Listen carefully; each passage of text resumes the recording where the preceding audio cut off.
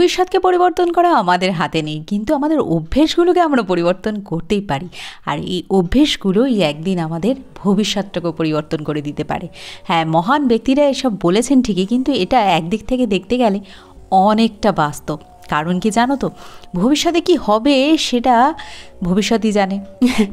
আমাদের কর্মই সেটা নির্ধারিত করবে। সুতরাং আমরা যদি সঠিকভাবে আমাদের কর্মগুলো করি এবং নিজেদেরকে সবসময় উন্নত করার চেষ্টা করি, তাহলে আমাদের ভবিষ্যৎটা সুন্দর হতে বাধ্য। তো আজকের ব্লগে এইসব নিয়েই কথা হবে। গুড মর্নিং, সুপ্রভাত। কেমন আছো পরিবারের সবাই গরমে? আশা করি সবাই ঠিকঠাক আছো, আমিও ভালো আছি। তো চলো আজকের ব্লগটা শুরু করা যাক। সোমালিস ক্রিয়েটিভ ব্লগসের আরেকটা ফ্রেশ ব্লগে তোমাদের সবাইকে ওয়েলকাম। আমাদের হোম মেকারদের সকালটা শুরু হয় নানান দায়িত্বর মধ্যে দিয়ে। হ্যাঁ, তার মধ্যেও বেশ কিছু অভ্যেস বা হ্যাবিটস যদি নিজেদেরকে পরিবর্তন করা যায় বা নিজের তৈরি করা যায়, তাহলে কিন্তু এই দৈনন্দিন কাজগুলো অনেকটা সহজ, স্বাভাবিক এবং স্বস্তিদায়ক হয়ে উঠবে এই গরমের মধ্যে। সকালবেলার কিছুটা সময় কিন্তু আমি নিজের ইচ্ছে মতো কাটাই। যেমন আমার সকালবেলাটা গাছপালার সাথে সময় কাটাতে ভালো লাগে, 10-15 মিনিট, খুব বেশি নয়। এবং এইটা আমার ভাগ করা থাকে। কোনো দিন গাছে জল দিই, কোনো দিন গাছে পেস্টিসাইড দিই বা কীটনাশক দিই, কোনো দিন বা গাছে সার দিই। যেদিন যেটা প্রয়োজন সেই অনুযায়ী আমি কাজগুলোকে শিডিউল করে রাখি। এইভাবে যদি অভ্যেস করো না, তাহলে কিন্তু তুমি তোমার নিজের ভালো লাগার জন্য কিছুটা সময় সকালবেলা বের করে নিতে পারো। আর সেই সময়টা যদি তুমি বার করতে পারো না, দেখবে সারাদিনই একটা এনার্জেটিক মুডে তুমি কাজ করতে থাকবে, কারণ শুরুটা তোমার মনের মতো করে হয়েছে। যা গরম পড়েছে, সকাল সকালই রান্নাবান্নাটা শেষ করার চেষ্টা করছি। আর জানো তো, কোনো কাজই একঘেয়েমিভাবে করবে না। যেমন রান্না করছি বলে রান্নাই করতে থাকবো তা নয়। রান্নার ফাঁকে ফাঁকে টুকটুক করে অন্য কাজগুলো করবে। এতে দেখবে কাজের এনার্জি লেভেল অনেকটা হাই হয়ে যায়। কারণ কি জানো তো, একঘেয়েমি রান্নাঘরে যখন কাজ করি আমরা, ঘেমে নিয়ে অস্থির অবস্থা। তো ওই ফাঁকে ফাঁকে ঘরে এসে একটু পাখা চালিয়ে টুক করে একটু ঘরের বিছানাটা গুছিয়ে নিলাম। যেমন ছেলে বেরিয়ে যাওয়ার পর আমার বিছানাটা ওর ঘরে একটু গোছাতে সময় লাগে, তো টুক করে ওই কাজটা করে নিলাম। এরকম একটার সাথে সাথে আরেকটা কাজ করার এই অভ্যেসটা, এটা কিন্তু তোমাকে অনেকটা এনার্জেটিক করে তুলবে এবং কাজগুলো একসাথে হতে থাকবে। আমাদের প্রত্যেকের কিন্তু একটা পছন্দের কাজ থাকে। কারোর বই পড়তে ভালো লাগে, কারোর সিনেমা দেখতে ভালো লাগে, কারোর ঘুমোতে ভালো লাগে। তো এরকমই সেই ভালো লাগার কাজটা না সকাল থেকে টার্গেট করে রাখবে যে এই সময়টা তাড়াতাড়ি যদি কাজগুলো শেষ করে নিই, আজকে এই সিরিয়ালটা দেখবো বা আজকে এই মুভিটা দেখবো। আমার যেমন থাকে যে মেকআপ, কোনো লুক ক্রিয়েট করে কোনো রিলস শ্যুট করা, এটা একটা আমার টার্গেট থাকে। তো সেইভাবে সকাল থেকে কাজগুলো করতে থাকি যাতে একটু টাইম সেভ করে একটা রিল শ্যুট করতে পারি। তো এরকম একটা টার্গেট ফিক্সড রেখে সকাল থেকেই কাজ করবে, তাহলে দেখবে তোমার যে কাজের একটা স্পিডের যে ধারাবাহিকতাটা, সেটা বজায় থাকবে। অনেক সময় লো হয়ে যায় না, কাজ করতে করতে গিয়ে বসে পড়লাম না। এই যে মাথার মধ্যে এটা বসে রইল না যে টাইম বার করে আমাকে ওই কাজটা করতে হবে, এই টার্গেটটা পূরণ করার জন্য কিন্তু তুমি কন্টিনিউ সমান স্পিডে কাজটা করে যাবে। এই ছোট ছোট টিপস আর হ্যাবিটসগুলো কিন্তু আমার লাইফস্টাইলটাকে অনেকটা চেঞ্জ করে দিয়েছে। তোমরা অনেকেই আমাকে বলো যে দিদি তুমি এত কাজ ম্যানেজ করো কী করে? একদমই এই টেকনিকগুলো অ্যাপ্লাই করে। তো আজকে আমি তোমাদের সাথে শেয়ার করলাম। যদি তোমার ভালো লাগে অবশ্যই লাইক করবে, কমেন্ট করবে, কেমন লাগছে তোমাদের আমাকে অবশ্যই জানাবে। আর যারা চ্যানেলটা সাবস্ক্রাইব করোনি, আজ ফার্স্ট দেখছো আমার ভিডিওটা, অবশ্যই চ্যানেলটা সাবস্ক্রাইব করে আমাকে একটু সাপোর্ট করবে। রান্নাঘরে যখন কাজ প্রায় রান্নার শেষের দিকের পর্যায়ে চলে আসবে না, তখন সবথেকে ভালো অভ্যেস হচ্ছে রান্নাটা যখন শেষের দিকে যাচ্ছে, ধরো আর একটা কি আইটেম তোমার বাকি আছে, তখন থেকে রান্নাঘরটা ক্লিন করা শুরু করো। যেমন আমার এই দিককার এখন ইন্ডাকশানের পার্টের এই দিকটার আমার কাজ মোটামুটি শেষ, আর এদিকে ইউজ হবে না। তো মোটামুটি আমি এই জায়গার সব সবজির খোসা টোসাগুলো গুছিয়ে একটা প্যাকেট করে সঠিক জায়গা মতো, বাড়িতে প্রত্যেকটা একটা জিনিসেরই সঠিক জায়গা হওয়া দরকার, সেটা আমি আগেও অনেকবার তোমাদের সাথে বলেছি। সেরকমই সবজির চোকলাগুলোকে সঠিক জায়গায় রেখে আমি এই দিকটা পরিষ্কার করে নিলাম। দেখো, বাড়ির যত কাজ একার হাতে করতে গেলে না, সব কাজগুলোকে একটু ছোট ছোট সেকশন অনুযায়ী ভাগ করবে। যেমন রান্নাঘরে আমি প্রত্যেক দিনই কিছু না কিছু অংশটা পরিষ্কার করি। যেমন আজকে এই জানলাটা, এটা অনেক দিন হাত দিইনি, আজকে এই জানলাটাকেও একটুখানি হাত বুলিয়ে মুছে নিলাম। তোমাকে মাথায় রাখতে হবে যে এই অংশটা যখন তুমি কাজ করছো, সেই অংশটাকে ছোট ছোট করে ভাগ করো। আজকে এই দিকটা পরিষ্কার করলে, কালকে ওই দিকটা পরিষ্কার করলে, পরশু এই দিকটা পরিষ্কার করলে, এইরকম করে না একটা চার্ট কিন্তু তোমাকে মাথায় অবশ্যই রাখতে হবে। যদি ভুলে যাও, একটা লিস্ট করে রাখো।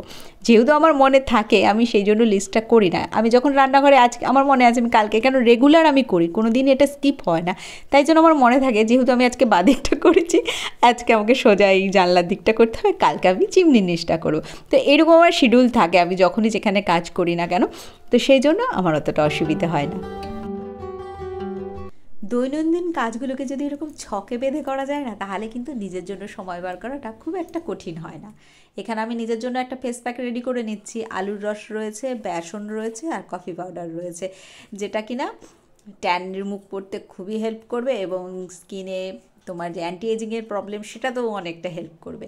তো যাকে, আর এটা করার কারণ কি জানো তো, এই আমি স্নানের আগে এটা করি, তাহলে কি হয় যে স্নান করার সময়ই ধোয়া হয়ে যায় আর এক্সট্রা করে এটা মাখামাখির ঝামেলা করতে হয় না।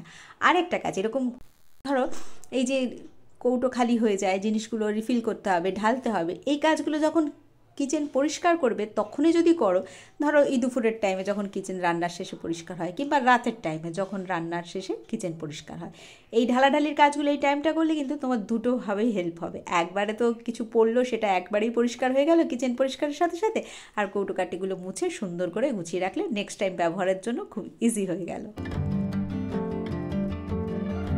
ঘরের আনাচে কানাচে যদি এরকম বাসনের স্তূপ আর জামা কাপড়ের স্তূপ থাকে, তাহলে তোমার ঘরটা কখনোই অর্গানাইজ বলে মনে হবে না, তুমি যতই গুছিয়ে রাখো না কেন। তাই সময়ের কাজ সময়ে করে নেওয়ার এই অভ্যেসটা কিন্তু খুব ইম্পর্টেন্ট। যখনই রান্নাঘরের কাজ শেষ হচ্ছে, তো রান্নাঘরের বাসনের স্তূপকে খালি করে জায়গায় গুছিয়ে রাখা ভালো। আরেকটা অভ্যেস, যেটা জায়গার জিনিস জায়গায় রাখার যে এই অভ্যেসটা, এটা কিন্তু অনেকটা হেল্প করে আমাদের ঘরবাড়িকে সুন্দর অর্গানাইজ রাখতে। এবং জায়গার জিনিস জায়গায় রাখলে আরেকটা যেটা সুবিধে, চট করে তুমি খুঁজে পাবে এবং তোমার অবর্তমানে তোমার বাড়ির লোকও খুঁজে পাবে কোন জিনিসটা কোথায় আছে, তুমি সেটা বলে দিলে। আমাদের এই সুন্দর সুন্দর অভ্যেসগুলোই কিন্তু আমাদের সংসারটাকে আরও বেশি সুন্দর করে তোলে, তাই না? ওই যে বললাম তখন শুরুতেই যে আমাদের অভ্যেসই পারে আমাদের ভবিষ্যৎটাকে সুন্দর করে তুলতে। তো সেই কারণেই নিজেদের এই ছোটো ছোটো হ্যাবিটগুলো, যদি আমিও যে শুরু থেকে এরকম ছিলাম তা নয়, কিন্তু আমি যত কাজ করছি তত আমার এক্সপিরিয়েন্স হচ্ছে। তো এই এক্সপিরিয়েন্সগুলোকে কাজে লাগিয়ে সেগুলোকে আরও ইজি, আরও সুন্দর করে তোলার চেষ্টা। তো নিজের কাজ যদি আরও সুন্দরভাবে প্রেজেন্ট করতে পারি বা আরও সুন্দরভাবে সেগুলোকে করতে পারি, তাহলে আমারই সুবিধে হয়, আমার কাজগুলি অনেকটা ইজি হয়ে যায় এবং নিজের সময় বাঁচাতে পারি, সেই কাজটা নিজের পছন্দ সহিত অন্য কোনো জায়গায় ইনভেস্ট করতে পারি। এই একটা অভ্যেস হচ্ছে আমার, যেটা কিনা আমাকে অনেকটা হেল্প করে। আমি যখন যে জায়গাটা কাজ করি তার আশপাশের কাজটাও সঙ্গে সঙ্গে সেরে রাখি। যেমন অ্যাকোয়ারিয়ামে মাছকে এখন খাবার দেবো, তো অ্যাকোয়ারিয়ামের উপরে ধুলো তো পড়ে, সঙ্গে সঙ্গে হাত চালিয়ে একটুখানি আশপাশটা পরিষ্কার করে নিলাম। এখন ধুলোর সিজন, যেদিকে না তাকাবে সেদিকেই স্তূপ হয়ে জমে যাবে। তো সব দিন তো সব জায়গাটা রোজ হাত বোলানো সম্ভব হয় না। তো যেই জায়গাগুলোতে তোমাকে রোজ যেতে হয়, যেমন মাছকে রোজ খাবার দিতে হবে, বেসিনে রোজ তোমাকে মুখ ধুতে হবে, ওয়াশ বেসিনে বা সিঙ্কে গিয়ে রোজ তোমাকে বাসনের কাজ, ধোয়া মোছার কাজ করতেই হবে। তো এই বেসিক জায়গাগুলো যেগুলোতে রোজ হাত লাগে, তো আশপাশটা রোজই একটু পরিষ্কার করে নেওয়ার এই অভ্যেসটা করে নিলে না, নিজের কাজটা কিন্তু অনেকটা সহজ হয়ে যাবে।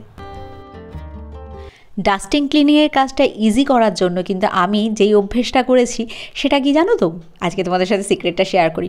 প্রত্যেকটা ঘরে আমাদের জানলা দরজা থাকে অনেকগুলো করে, আমি প্রত্যেক দিনই একটা করে জানলা কিংবা দরজা পরিষ্কার করি, আর একটা করে ফার্নিচার পরিষ্কার করি, আর যে কোনো একটা অংশ ডিপ ক্লিন করি। এই যে 3টে সেকশন ভাগ করেছি না, এটা কিন্তু আমার ক্লিনিংয়ের কাজটাকে অনেকটা ইজি করে দিয়েছে এবং আমার কোনো টেনশান থাকে না আমার ঘর পরিষ্কার নেই বা আমার ঘর পরিষ্কার করতে হচ্ছে। তো এরকম সাইকেল চলতে থাকলে না, ঘরবাড়ি অটোমেটিকলি তোমার কিন্তু পরিষ্কার হতে থাকবে। এটা শুরু করতে একটু কষ্ট হয়, শুরুতে কষ্ট হয়। যখন তোমার এটা রানিং হয়ে যাবে না, 1-2 মাস চলবে, তখন কিন্তু তোমার বাড়িঘর পরিষ্কার রাখাটার কোনো ব্যাপারই তোমার কাছে মনে হবে না।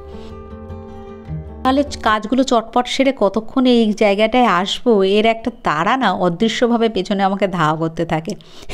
এটা আরও একটা বিশেষ কারণ হচ্ছে আমার চটপট কাজগুলো হয়ে যায়। এখানে আসার একটা পরম শান্তি, এটা কাউকে বলে বোঝানো যায় না, ঠিক কিনা বলো?